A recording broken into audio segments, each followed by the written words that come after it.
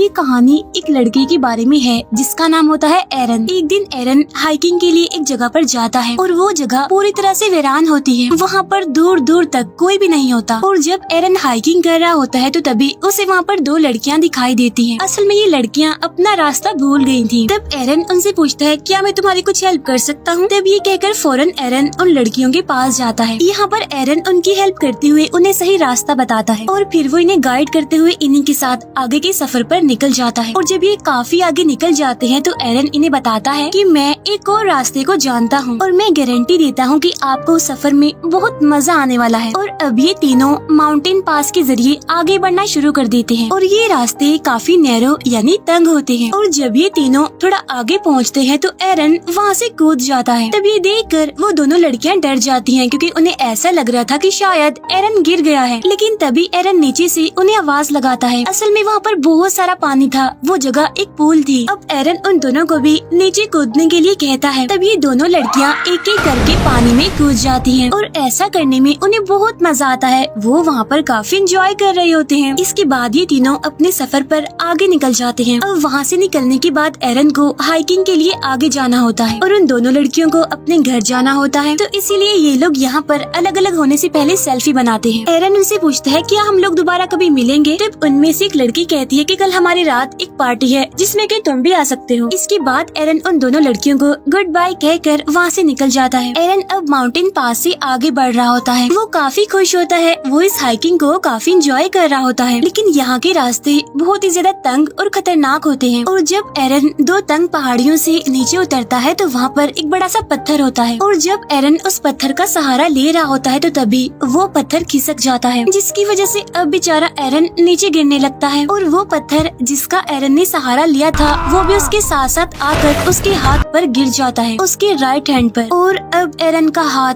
दो तंग पहाड़ियों के बीच में एक पत्थर के नीचे फंस जाता है। अब हालांकि उसे ज्यादा चोट तो नहीं लगी थी लेकिन उसका हाथ वहाँ से निकल ही नहीं रहा था। वो अपने हाथ को वहाँ से निकालने की बहुत कोशिश करता है लेकिन वो इसमें नाकामयाब ही रहता है। और जब एरन को रियलाइज होता है कि अब उसका हाथ यहाँ से नहीं निकल सकता तो इसीलिए वो उन दोनों लड़कियों को चिल्ला चिल्ला कर आवाजें लगाने लगता है। लेकिन अनलकीली उसकी आवाज वहाँ से बाहर नहीं जा सकती थी क्योंकि ये सारे नैरो माउंटेन्स हैं और यहाँ से आवाज को बाहर पहुँचाना जहाँ पर दूर दूर तक कोई इंसान, जानवर, यहाँ तक कि बर्ड्स का भी नामो निशान नहीं है, ये ऑलमोस्ट इम्पॉसिबल था। इसके बाद एरन अपना बैग खोलता है और उसके पास हाइकिंग का जितना भी सामान होता है वो उन सबको बाहर निकाल लेता है। उसे यहाँ से किसी भी सूरत निकलना होगा क्योंकि वो जानता था कि शायद यहाँ पर कई महीनों तक कोई भी ना आए। अब जो सामान उसने बैग में से बाहर निकाला होता है उसमें एक नाइफ भी होता है। तो वो उस नाइफ की मदद से चट्टान को साइड से तोड़ने की कोशिश करता है। लेकिन ये चट्टान तो काफी हार्ड थी, इतनी ज्यादा ठोस थी कि उसे जरा भी कुछ नहीं होता। और साथ साथ ये भी कि उसका राइट हैंड वहाँ पर फंसा हुआ था, इसीलिए उसे उल्टे हाथ से काम करने में भी काफी प्रॉब्लम आ रही थी। लेकिन फिर भी एरन हार नहीं मानता, हिम्मत नहीं हारता और वो लगातार उस चट्टान को तोड़ने की कोशिश कर रहा होता है। और इसी दौरान उसका नाइफ उसके हाथ से छूटकर नीचे गिर जाता है और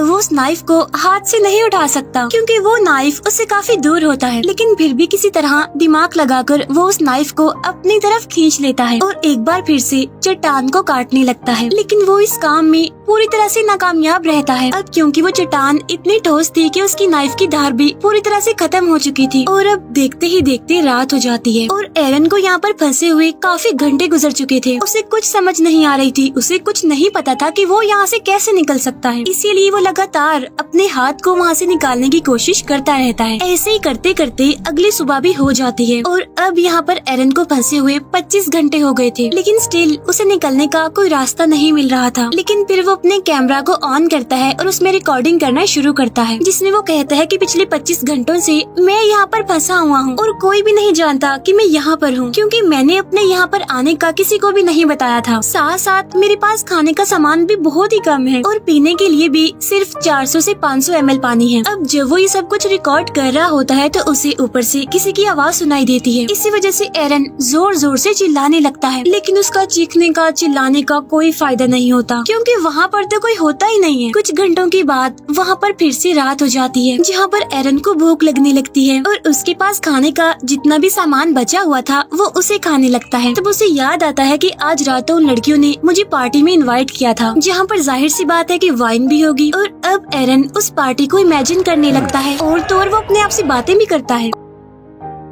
और उसे वो टाइम भी याद आता है जब वो हाइकिंग के लिए सैटरडे को अपने घर से निकल रहा होता है, जहाँ उसके पास उसकी मदर की कॉल भी आ रही होती है, लेकिन वो उनकी कॉल नहीं पिक करता, उन्हें नहीं बताता कि वो हाइकिंग के लिए जा रहा है। और अगर एरन ने उन्हें बताया होता तो शायद वो उसे ढूंढते हुए यहाँ पर आ जाती, लेकिन अब कोई भी नहीं जानता कि एरन आखिर है कहाँ पर। अब तीसरे दिन यानी कि मंडे को एरन एक पुली बनाता है। वो रस्सियों के जरिए उस पत्थर को बांधता है जो पत्थर उसके हाथ के ऊपर पड़ा हुआ है, और रस्सी के दूसरे हिस्से से वो उस पत्थर को उठाने की कोशिश करता है, लेकिन इतनी स्ट्रगल करने के बावजूद भी वो पत्थर अपनी जगह से हिलता तक नहीं है। इसके बाद वो रस्सी के उस सिरे को अपने पाँव में फंसाकर पूरा जोर लगाकर उस पत्थर को हिलाने की कोशिश करता है, लेकिन इस बार भी कोई फायदा नहीं होता। मुसीबत तो बढ़ती जा रही थी, क्योंकि 3 दिन हो गए थे और अब उसका पीने का पानी भी खत्म हो गया था। अब क्योंकि वो यहाँ पर फ्री है, उसके पास कोई काम नहीं है, इसीलिए वो छोटी छोटी चीजों को भी नोटिस कर रहा था यहाँ पर, जैसे कि एक बर्ड ऊपर आसमान से उड़ रहा है, वो वहाँ से हिल भी नहीं सकता, और कभी कभी वहाँ पर कुछ खतरनाक इंसेक्ट्स भी आते रहते हैं, और अगर वो उन इंसेक्ट्स को मारकर उन्हें खाना चाहता है तो उसे उनके आने का इंतजार करना होगा। और तो और इस माउंटेन पास में एरन को एक दिन में सिर्फ 15 मिनट धूप मिलती है, क्योंकि उसके बाद धूप तो वहाँ से चली जाती है। अब 3 दिन से एरन यहाँ पर भूख से, प्यास से और ऐसे माहौल से काफी परेशान हो गया था, और इसीलिए अब वो ये डिसाइड करता है कि वो अपने हाथ को ही काट देगा। तब ये सोचकर वो अपने हाथ के ऊपर वाले हिस्से को यानी कि बाजू को अच्छे से बांध लेता है, और उसके पास जो नाइफ होता है वो उससे अपने बाजू को काटने की कोशिश करता है, लेकिन उस नाइफ की धार तो खत्म हो गई थी, जिसकी वजह से उसकी बाजू की पतली सी स्किन भी उस नाइफ से नहीं कट रही थी। तब इस बात से एरन काफी डिसअपॉइंटेड हो जाता है, और इसीलिए वो कैमरा में रिकॉर्ड करता है कि कभी भी सस्ते टूल्स मत खरीदना, क्योंकि ये तो बेकार होते हैं, किसी काम के नहीं होते। अब इस तरह करके एक और दिन गुजर जाता है, और जब रात होती है तो एरन को अपने पुराने दिन काफी याद आ रहे होते हैं। उसे अपनी फैमिली, अपनी बेस्ट फ्रेंड और अपने बहुत सारे फ्रेंड्स याद आ रहे होते हैं, और जब वो लोगों को याद कर रहा होता है तो ऊपर आसमान में बादल आ जाते हैं, और देखते ही देखते बहुत जोरों से बारिश होने लगती है। क्योंकि एरन के पास पानी खत्म हो गया था, इसीलिए वो अपनी बोतल में पानी भरने लगता है, और उन तंग माउंटेन्स में भी पानी आने लगता है जहाँ पर एरन फंसा हुआ था। और अब देखते ही देखते पानी का लेवल बढ़ता जा रहा था, जिसकी वजह से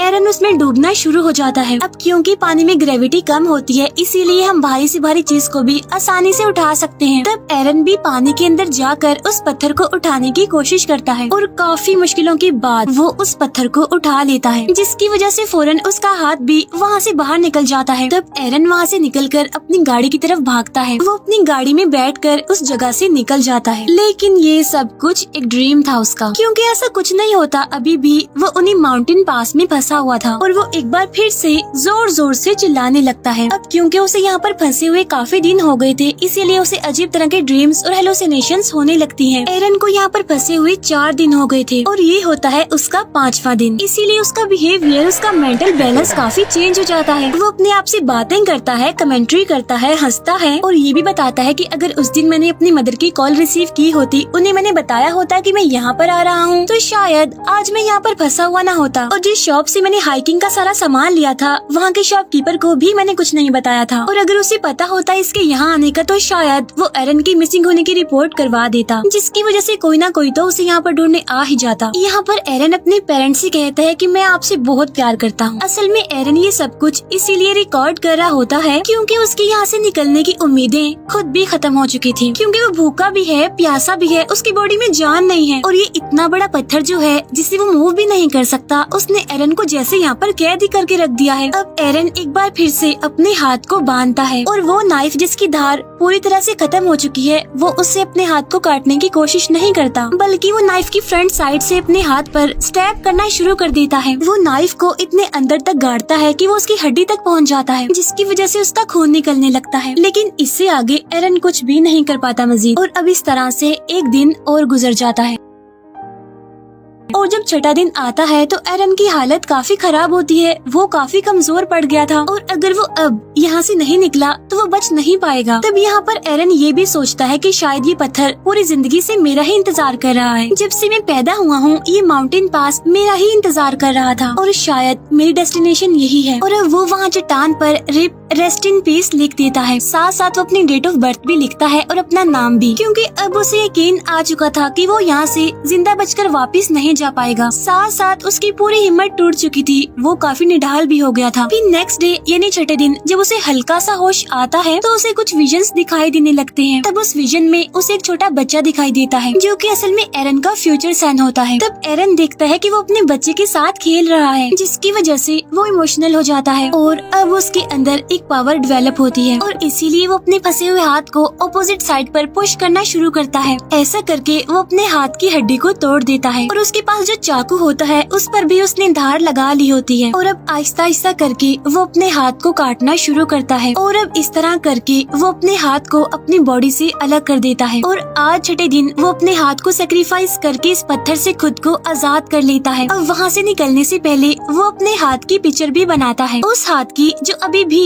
उस पत्थर में फंसा हुआ है। और अब एरन बड़ी मुश्किल से इन माउंटेन पास से बाहर निकलता है और बाहर निकलकर वो देखता है कि वहाँ पर बारिश का कुछ पानी पड़ा हुआ है। तब एरन वहाँ पर जाकर वहाँ से बहुत सारा पानी पीने लगता है, क्योंकि पिछले 6 दिनों से ना उसने कुछ खाया था और ना ही पानी पिया था, इसीलिए आज वो जी भर के पानी पीता है। और इसके बाद वो वहाँ से आगे निकलता है और उसे आसमान में उड़ता हुआ वो बर्ड भी दिखाई देता है, जिसे वो हर रोज माउंटेन पास ही देखा करता था। और आज वो खुद को भी उस बर्ड की तरह आजाद समझ रहा था, लेकिन अभी भी उस एरिया से निकलना कोई आसान नहीं था, क्योंकि वो जगह काफी बड़ी और बंजर थी। लेकिन अभी भी एरन हिम्मत नहीं हारता और इतना ज्यादा पेन में होने के बावजूद भी वो आगे बढ़ता रहता है। और तभी उसे एक फैमिली दिखाई देती है जो कि हाइकिंग के लिए यहाँ पर आई हुई थी। तब एरन उन्हें आवाज लगाता है और वो भागते हुए उसकी तरफ आते हैं। वो एरन की मदद के लिए सिक्योरिटी को बुलाते हैं और इसके बाद वहाँ पर एक हेलीकॉप्टर आता है और फिर एरन को वहाँ से हेलीकॉप्टर के जरिए हॉस्पिटल ले जाया जाता है। फिर हमें कुछ टाइम बाद का सीन दिखाया जाता है जहाँ पर एरन बिल्कुल ठीक हो गया था और एरन ने जो अपने बच्चे के विजन देखे थे वो भी सच हो जाता है, क्योंकि 3 साल बाद एरन एक लड़की से मिलता है और उन दोनों की शादी हो जाती है। इसके बाद एरन का एक बेटा होता है जो सेम टू सेम उसी बच्चे जैसा होता है जिसे एरन ने अपने विजन्स में देखा था। अब इन 6 दिनों में एरन ने मौत को बहुत करीब से देखा, लेकिन उसके बाद भी एरन अपना पैशन नहीं छोड़ता। वो अभी भी क्लाइंबिंग करता है, हाइकिंग के लिए जाता रहता है और वो जहाँ भी जाता है ये नोट जरूर लिखता है कि वो कहाँ कहाँ पर जा चुका है। अब यहाँ पर मैं आपको एक शॉकिंग बात बताती हूँ, वो ये कि ये कहानी एक रियल इंसिडेंट पर बेस्ड है। यानी ये सच है कि एरन 6 दिनों तक उन माउंटेन पास में फंसा रहा। वहाँ उसने बड़ी मुश्किल से अपना टाइम गुजारा और उसने उन चट्टानों पर अपनी डेट ऑफ बर्थ और अपने मरने की डेट भी लिख दी थी, क्योंकि उसे यकीन जो हो गया था कि वो यहाँ से जिंदा बचकर वापस नहीं जाएगा। और जिस पत्थर के नीचे